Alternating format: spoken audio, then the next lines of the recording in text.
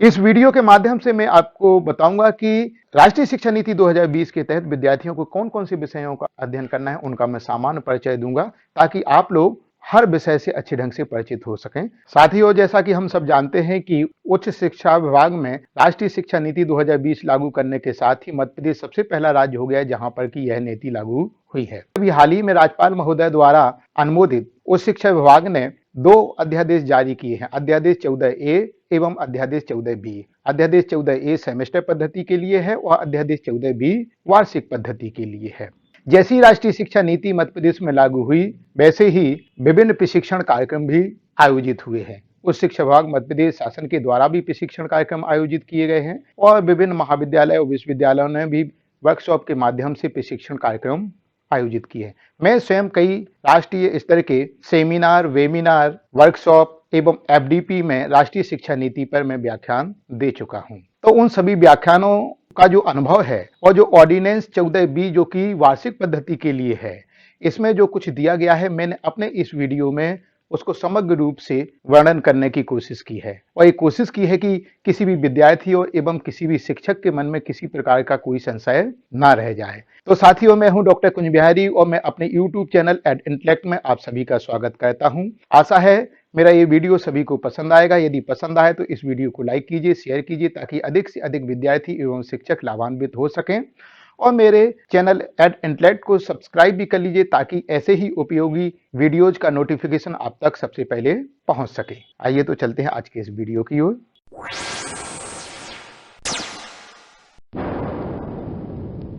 विषयों का परिचय। इसका आशा है कि राष्ट्रीय शिक्षा नीति 2020 के तहत स्नातक स्तर पर विद्यार्थियों को जिन जिन विषयों का अध्ययन करना है उन विषयों से मैं आपको सामान्य परिचय कराना चाहता हूं ताकि आप लोगों के मन में किसी प्रकार की इस संबंध में कोई शंका या भ्रांति ना रहे। देखिएगा, सबसे पहले हम चर्चा करते हैं major, minor, open elective subject की। मेजर और माइनर वो विषय हैं जो कि आपको अपनी संकाय से ही चुनना है। इसका कहने का मतलब है कि कोई विद्यार्थी यदि बीए कर रहा है तो कला संकाय से ही ये मेजर और माइनर विषय चुनेगा। लेकिन जो ओपन इलेक्टिव विषय है ये किसी भी संकाय का चुना जा सकता है। मान लिया कोई विद्यार्थी बीएससी कर रहा है और वो इंग्लिश लिटरेचर लेना चाहता है तो ओपन इलेक्टिव सब्जेक्ट के तहत वो इंग्लिश लिटरेचर को क्लिक करेगा। लेकिन मैं यहां पर एक बात बता देना चाहता हूं फिर से कि ओपन इलेक्टिव में उसे इंग्लिश लिटरेचर पढ़ने के लिए नहीं मिलेगा, वो ट्रेडिशनल जो सब्जेक्ट है वो पढ़ने के लिए नहीं मिलेगा। उसके तहत जो सामान्य विषय हैं वो विषय पढ़ने के लिए मिलेंगे। जैसे इंग्लिश लिटरेचर यदि वो ओपन इलेक्टिव में लेता है तो उसके तहत उसे कम्युनिकेटिव इंग्लिश पढ़नी होगी। ये है। मेजर सब्जेक्ट के 2 पेपर होंगे, हमें पता है कि इसमें आपका पेपर फर्स्ट और पेपर सेकंड होंगे। माइनर सब्जेक्ट में क्या अध्ययन करना है बता देता हूं कि जो मेजर सब्जेक्ट का जो सेकंड पेपर है वही पेपर आपका माइनर सब्जेक्ट के रूप में पढ़ा जाएगा, ध्यान रखना है। अब हम बात करते हैं ओपन इलेक्टिव विषय के बारे में थोड़ा डिटेल से। ये 6 क्रेडिट पॉइंट का होगा। अभी हमने इसके बारे में भी चर्चा की हुई थी। ये 2 प्रकार के विषय होंगे, एक तो रोजगार परक होंगे और दूसरे सामान्य जागरूकता वाले। रोजगार परक से मतलब है कि इन विषयों का अध्ययन करने के बाद में, स्नातक करने के बाद में जब विद्यार्थी कॉलेज से बाहर जाएगा तो उसे स्वरोजगार प्राप्त करने में या कहने चाहिए नौकरी प्राप्त करने में उसे सहायता मिलेगी इन विषयों का अध्ययन करने के बाद में। दूसरे प्रकार के जो विषय हैं सामान्य जागरूकता वाले हैं, ये वो विषय हैं यदि विद्यार्थी कॉम्पिटिटिव एग्जाम्स की तैयारी करना चाहता है तो इन विषयों का अध्ययन करके वो कॉम्पिटिटिव एग्जाम्स वगैरह की तैयारी कर सकता है, इसलिए ये सामान्य जागरूकता वाले विषय हैं। ये मैंने आपको बता ही दिया है कि ओपन इलेक्टिव के तहत चुने गए विषय के तहत दिए गए ऑप्शन जो कि महाविद्यालय द्वारा दर्ज किए गए थे उनमें से कोई एक विषय आपको ओपन इलेक्टिव के तहत चुनना है। यहां पर ये देखिएगा लिस्ट दी गई है। आर्ट्स में ये आपके विषय दिए गए हैं जो कि आपको स्क्रीन पर दिख रहे हैं। आप वीडियो पॉज करके इनको आराम से देख सकते हैं। साइंस संकाय के आपको ये विषय दिए गए हैं और कॉमर्स संकाय के ये विषय दिए गए हैं। इन विषयों में बहुत सारे विषय ऐसे हैं जो आपको सीधे तौर पर रोजगार उपलब्ध करवाएंगे। कौन कौन से विषय ऐसे हैं इस पर मैंने एक अलग से वीडियो बनाया है, उस वीडियो की लिंक मैं यहाँ पर आई बटन में उपलब्ध करवा दूंगा। आप उस वीडियो को जरूर देखिएगा, उससे आपको पता चल जाएगा कि कौन सा विषय कितना महत्वपूर्ण है आप लोगों के लिए। अब हम बात करते हैं व्यवसायिक विषय की जो कि बेहतर कैरियर देते हैं। यहाँ पर स्टार्ट करूं इससे पहले एक बात बता देना चाहता हूं कि यदि आपको अच्छा रोजगार प्राप्त करना है तो वैकल्पिक विषय में आपने जो विषय चुना था और व्यवसायिक में जो चुन रहे हैं उसको लगभग एक जैसा चुनिएगा। एक जैसा चुनने का मतलब क्या है? मान लिया आपने वैकल्पिक विषय में एमएस ऑफिस चुना है तो आप व्यवसायिक पाठ्यक्रम में आप टैली वगैरह चुन सकते हैं, यानी कंप्यूटर से संबंधित। ऐसा ना हो कि आपने इलेक्टिव में आपने चुना हर्बल प्रसाधन और आपने व्यवसायिक में चुन लिया आपने एमएस ऑफिस, दोनों का कोई संबंध नहीं है। इससे क्या होगा, आपको एक विशेष क्षेत्र में जो महारत प्राप्त होनी चाहिए थी वो नहीं हो पाएगी। इसलिए मेरी सलाह है कि आप मिलते जुलते विषय ही वैकल्पिक और व्यवसायिक चुनें। यही बात मैंने आप लोगों को यहां पर कही हुई है। इसमें एक बात और ध्यान में रखिएगा कि एक ही जैसे वैकल्पिक और व्यवसायिक चुनने के साथ साथ आप जो प्रोजेक्ट वर्क है या इंटर्नशिप है या कहना चाहिए अप्रेंटिसशिप है, वो भी उसी से रिलेटेड चुनिएगा, तो आपको कहना चाहिए उस क्षेत्र में और अच्छी निपुणता प्राप्त हो सकती है। यहां पर ये व्यवसायिक पाठ्यक्रम की लिस्ट दी है, सभी के सभी जॉब ओरिएंटेड है। यदि आप इनमें पारंगत होते हैं तो निश्चित रूप से आपको स्नातक करने के बाद में रोजगार प्राप्ति में बहुत सहायता मिलने वाली है। अब हम बात करते हैं आधार पाठ्यक्रम की। जैसे कि हम जानते हैं कि आधार पाठ्यक्रम आपका कहना चाहिए कि आपकी दक्षता बढ़ाने वाला पाठ्यक्रम है। आधार पाठ्यक्रम में 2 पेपर होंगे, दोनों ही 4-4 क्रेडिट के होंगे और टोटल क्रेडिट इसके 8 होंगे। पहले पेपर में हिंदी और अंग्रेजी 2 भाग होंगे। 2 भाग होने के कारण ये भी कितने के हो गए, 2-2 क्रेडिट के हो गए हैं।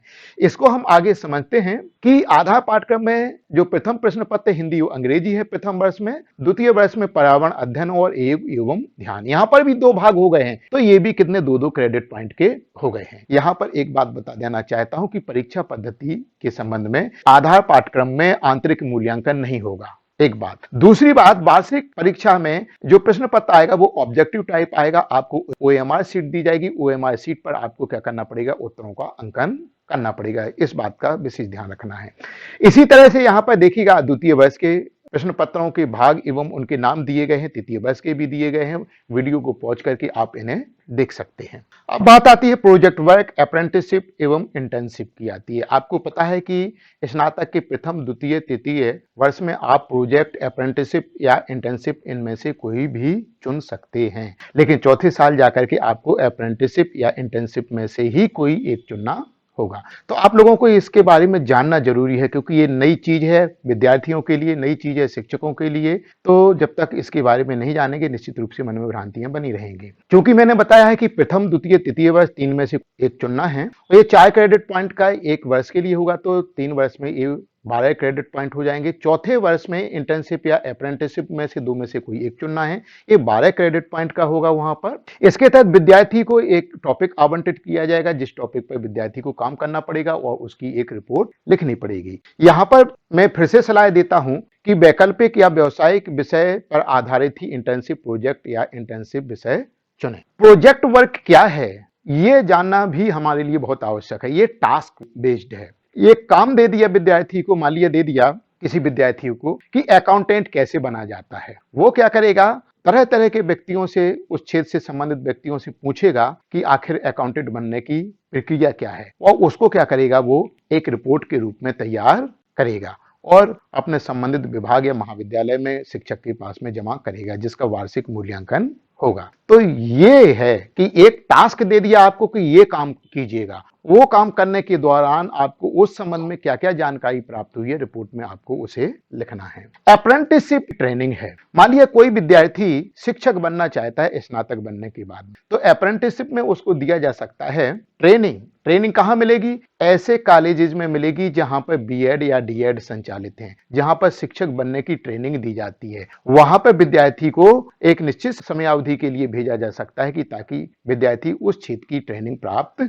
कर सके। ये है अप्रेंटिसशिप। उसकी भी रिपोर्ट तैयार होगी, उसकी भी रिपोर्ट क्या होगी, जमा होगी। Internship work experience. मान लिया कोई विद्यार्थी शिक्षक बनना चाहता है तो उसने अप्रेंटिसशिप के तहत क्या किया, प्रशिक्षण प्राप्त किया। इंटर्नशिप में क्या होता है, काम करने के लिए भेजना। कोई विद्यार्थी शिक्षक बनना चाहता है तो उसे किसी स्कूल में पढ़ाने के लिए भेज दिया जाए, उसे किसी कॉलेज में पढ़ाने के लिए भेज दिया जाए, और वहां पर जो वर्क एक्सपीरियंस उसे प्राप्त हुआ है उस वर्क एक्सपीरियंस को वो क्या करे, रिपोर्ट के रूप में प्रस्तुत करेगा। मान लिया कोई व्यक्ति अकाउंटेंट बनना चाहता है तो उसने क्या की, सबसे पहले अकाउंटेंट कैसे बना जाता है उसको प्रोजेक्ट के तहत एक रिपोर्ट तैयार की, पूरी जानकारी ली, क्या क्या शैक्षणिक योग्यताएं होती हैं, क्या क्या प्रशिक्षण प्राप्त किए जाते हैं। अप्रेंटिसशिप में वो क्या करेगा, किसी अकाउंटेंट के तहत रह करके ट्रेनिंग प्राप्त कर सकता है, उससे सीख सकता है कि आखिर अकाउंटिंग का काम कैसे किया जाता है। इंटर्नशिप में क्या होगा कि उसने प्रशिक्षण भी प्राप्त कर लिया, तो किसी अकाउंटेंट के अंडर में रह करके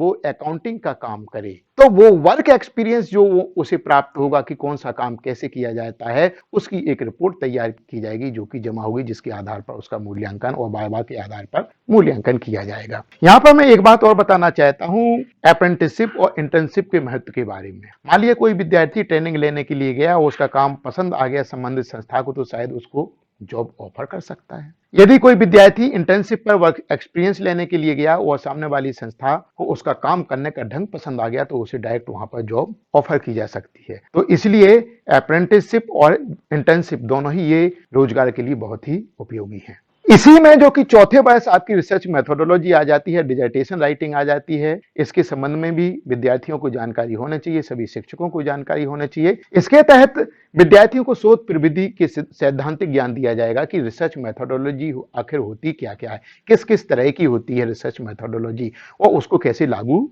किया जाता है, उसको लागू करके कैसे रिसर्च की जाती है और कैसे प्रतिवेदन तैयार किए जाते हैं। शोध में सांख्यिकी प्रविधियों का किस प्रकार से उपयोग होता है, स्टैटिकल एनालिसिस कुछ किए जाते हैं रिसर्च में, उनको कैसे किया जाता है, इस बात का भी शिक्षण विद्यार्थियों को दिया जाएगा। शोध में कंप्यूटर का उपयोग कैसे किया जाता है। कंप्यूटर का उपयोग जैसा कि हम सभी जानते हैं कि ऐसा कोई क्षेत्र नहीं बचा है जहां पर कंप्यूटर का उपयोग ना हो, लेकिन कंप्यूटर के उपयोग से रिसर्च बहुत सरल हो जाती है। उसको कैसे उपयोग करें, इसका ज्ञान भी इसके तहत दिया जाएगा। साइटेशन स्टाइल, जब हम किसी रिसर्च पेपर को लिखते हैं, रिसर्च रिपोर्ट को लिखते हैं या डिजर्टेशन को लिखते हैं, हम कहीं का कोई कोटेशन या कोई बात क्या करते हैं, अपने उस रिसर्च में उपयोग करते हैं। यदि हम ये ना लिखें कि ये हमने कहां से लिया है, तो वो चोरी कहलाती है, जिसे इंग्लिश में प्लेगरिज्म कहते हैं। प्लेगरिज्म के केस से बचने के लिए हमें क्या करना पड़ता है, प्रॉपर क्रेडिट देना पड़ता है कि ये कोटेशन फला व्यक्ति का है, फला किताब से हमने या फला पेपर से या फला जगह से हमने क्या किया है, यहां पर लिया है।